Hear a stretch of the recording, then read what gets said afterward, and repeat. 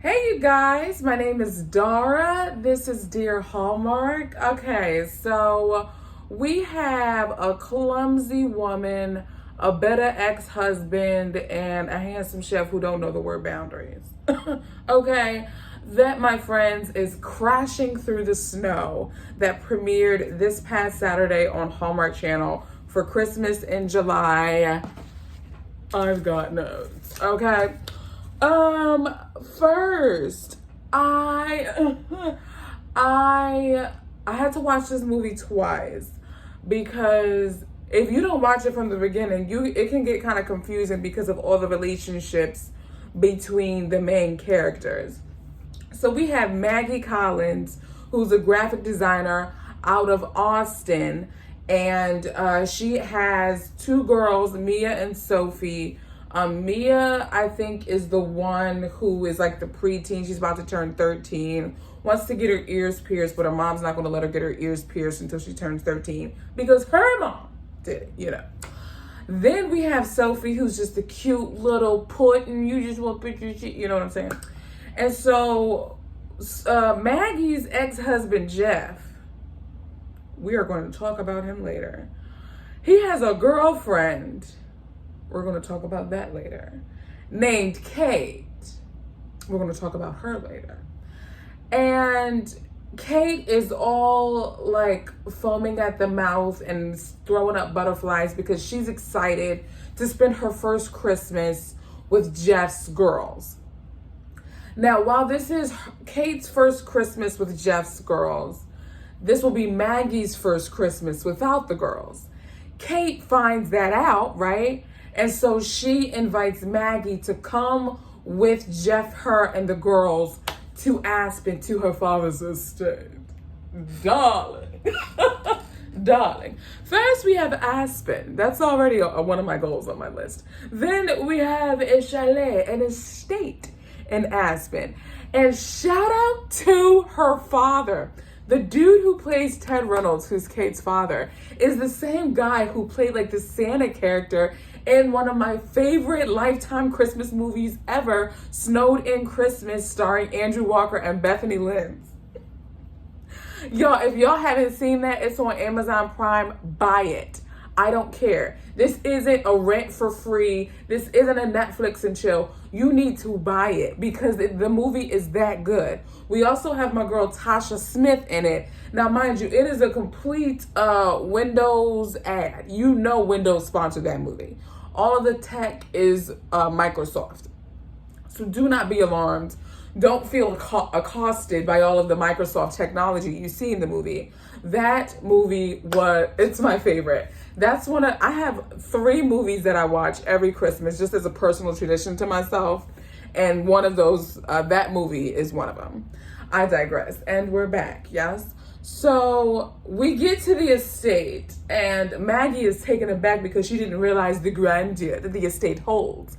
And she's like, why didn't y'all tell me? What is going on? I had to I'm sitting here thinking, because Kate kind of said, oh, it would be cozy if she stays with us. And I'm like, sis, ain't nothing cozy about having a sauna in your bathroom. You have a receiving room in your bedroom. Hello? I'm like, ain't nothing cozy about that. There's a racquetball court in the house. What's cozy about that? I digress. Maggie's just like, oh gosh, Kate's gonna outdo me as mother because she's trying to put on the Ritz and really get the girls' attention. And Maggie's feeling some type of way. She's like, I'm not about to let her out mom me in these streets like I am. Her friend is like, you are Christmas. You're the mother. So you are Christmas. And I'm like, you better go ahead, girl, preach. But so Maggie gets settled, right? And then she's doing like some bad singing in her room. And she didn't realize that this handsome gentleman is standing there just watching her. Boundary crossing number 1. Well, I mean, okay, listen and then let me know if you cross boundaries. But he claps when she finishes, and of course she's surprised. And she's like, excuse me, who are you? Where you come from? What is going on? He's like, yeah, I'm Ted Reynolds' son, and this is my room. Mind you, that was his childhood room. He had a sauna in his childhood room. What? I can't. But, so, you know, she's just like, ugh, the audacity of it all.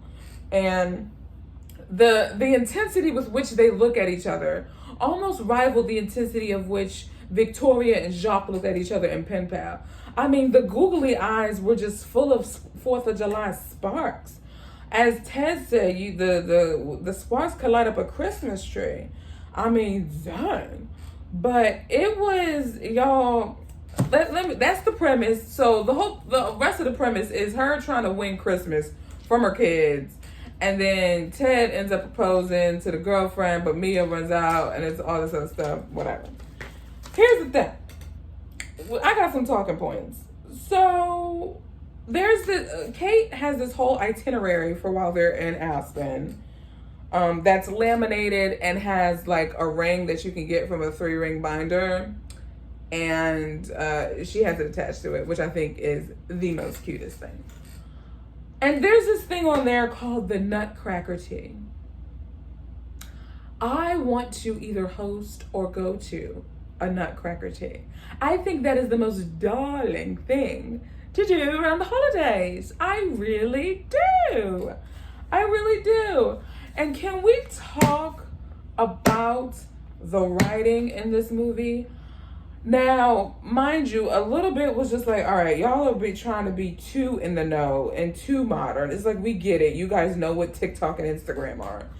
But the writing was punchy, and there were moments where I'm like, oh, he should say this. And then, like, he actually said it, or she actually said it.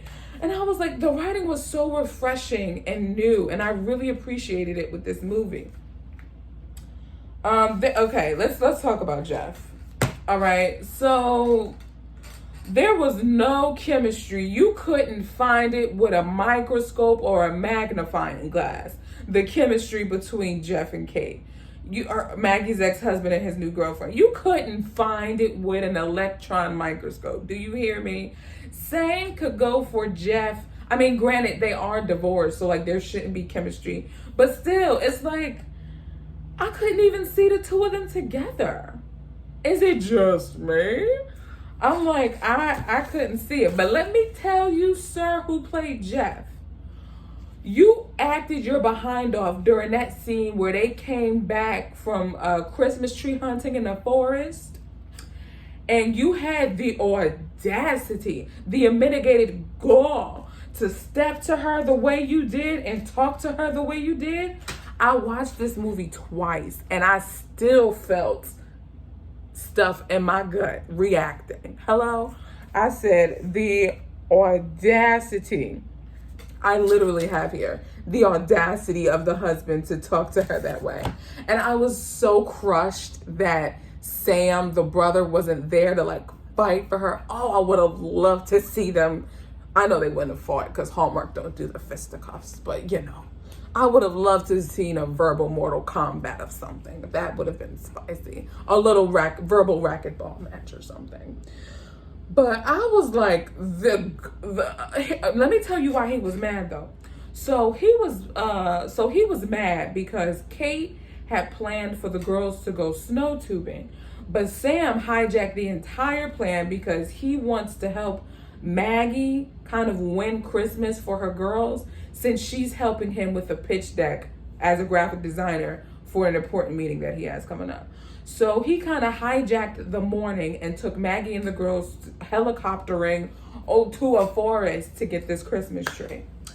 And so they missed snow tubing, and Jeff is like, fam, what is your problem? Like, why are you like hijacking? Not talking to Sam. He's talking to the woman like this. He said, you just, like, you're supposed to just ride along. You're not supposed to be here trying to steal the whole show. He was, oh God, he said some nasty words. And I was like, first of all, can we have an audacity counter? The audacity for you to get mad at her about this, when prior to this, Maggie and Jeff planned to gift Mia earrings and surprise her with getting her ears pierced early, just because of everything that they've been through with moving and the divorce and all of that. So they were planning to have her ears pierced early. They get to the Nutcracker tea. Mia runs up and randomly hugs her mom with all this emotion, saying, thank you, thank you, thank you. And Maggie's like, what? She was like, for my earrings, for getting my ears pierced. And Maggie is just like, what in the world? Kate is like, yeah, and with her, blah, blah, blah. And she's looking at Jeff like, what? I thought we were supposed to do it together. I was planning to surprise her. He was like, oh, I didn't know. It kind of just happened. And I'm like, what? And I'm just, oh God, just even thinking about it makes me upset. And then the nerve of Jeff to stay in the room when Sam comes to Maggie's room, because like Jeff and Maggie were talking, and there's enough social cues to fill 3 grocery bags. He's taking none of them and stays in the room. She's like, don't you want to, you want to check on the girls? He's like, no, I think they're okay. And then stays in the room. I'm like, yo, this dude is horrible. Horrible. There is a really cute moment, though, at the end of the movie between Sam and Mia that I thought was endearing. Because he also has a stepmom. His mom passed away. Not that, because Mia's parents are still living, but the fact of the dads being remarried, because Sam had to go through his dad being remarried, much like Mia is having to go through that process with Jeff proposing to Kate on Christmas Eve. Now, we don't see the proposal scene, because there is a romantic scene that takes place between Sam and Maggie. We just know the aftermath, which is Mia running away to where Maggie said that she was, but that's not where she was, because she was with Sam. Okay. But, and so Sam and Mia kind of have this heart to heart, and it was just really, really cute. And I so appreciated that they ended the in because I promise you, I was holding my breath. I was like, please don't say love. Please don't say love. Please don't say love. Please don't say you've fallen in love with her. But he didn't. He said he likes her a lot, which I thought that was perfect. And when Mia comes back to the house after she runs away, Jeff is a little bit too relaxed for me. I'm like, your daughter just ran out the house and you're okay with that. You're like, yeah, I'm okay. It's just that you. So we're just gonna fly by the fact that she ran and didn't tell you where she was going? Like, that was a teeny bit unrealistic. But I think that's all my notes. Overall, y'all. Now, here's the odd thing. Because I've been watching Christmas movies, but I really, for some reason, I just didn't get the feels. Like, even watching it again when it re-aired Sunday, I really didn't get the Christmas feels from this movie. I'm curious if they're going to replay this again during the actual Christmas season, because I want to see if they do, and I watch it, will I get the Christmas feels towards the Christmas season? But y'all, this is a solid 3.54 to me. I'm kind of like back and forth. I honestly think this was a solid movie. This was a 4. And I'm gonna give it a 4. I was pleasantly surprised, because y'all have seen in my other reviews, I was not too sure about this, but yeah, I think this was a solid 4. What could have made it better? Maybe different casting with Jeff's character and Kate's character, with 2 characters, since they play integral roles in the film, to have some people that actually have chemistry with each other so that we can believe the relationship. But other than that, I enjoyed it. I really did. Let me know what you guys think about this movie. Let me tell you, I did a Summer Nights Round 1 wrap up, because yes, Summer Nights is continuing July 31st. And I'm also doing a Summer Nights preview that you will only find on the Instagram. So both the Summer Nights Round 1 wrap up and the Summer Nights Round 2 preview are on Instagram. So be sure to follow Dear Hallmark on Instagram, because you'll find out my reactions to finding out what movies are going to be coming out and who's in those movies. And it's, y'all, I was so shocked. And I give my preliminary rankings for how I feel I'm going to react to the movies. And also with the Summer Nights wrap up, I also rank the seasons and then rank the movies. So again, follow Dear Hallmark. There's so much extra Hallmarkish content on there. I'm also reviewing When Hope Calls. So my recaps, not review, I should say recaps. My recaps and reviews for that show are on Instagram as well. So be sure to follow Dear Hallmark on Instagram. But you know what it is? Let's talk. Let me know. Did you guys like this Christmas in July movie? Did it give you Christmas feels? Did you like the chemistry between Maggie and Sam? Was there chemistry between Jeff and Kate? Talk to me. I'll talk to you guys in the comments. And I'll talk to you guys in the next video.